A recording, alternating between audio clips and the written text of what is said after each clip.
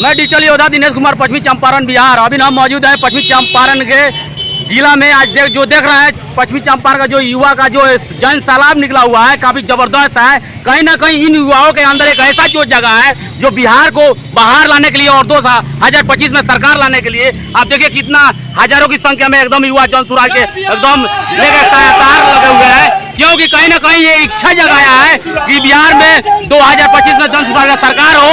और कहीं ना कहीं पूर्व सरकारों ने लूटा है, उसको लेकर ये लोग पूरा प्रतिशोध की भावना से सरकार को उखाड़ कर फेंकने के लिए ये लोग तैयार है, क्योंकि ये चाहते हैं कि जैसे आरजेडी बीजेपी वाले ने पूरे 35 साल में लूटा है बिहार को, उसका बदला लेने के लिए जिस तरह जन सुराज ने आगे आकर बिहार को बदलने के लिए एक संकल्प लिया है। सही लोग सही सोच सामूहिक प्रयास के साथ इसी के साथ पूरा युवा एकदम जागरूक है। हम चाहते हैं सरकार से जितना भी भ्रष्टाचार नीति है सरकार बंद करे और युवाओं का जो भी रोजगार है उनको मुहैया कर रहे हैं, नहीं तो जन सुराज तो एकदम 2025 में सरकार बंद रहे और हर युवाओं को रोजी रोजगार से जोड़ा जाएगा। जय हिंद, जय बिहार, जय जन सुराज।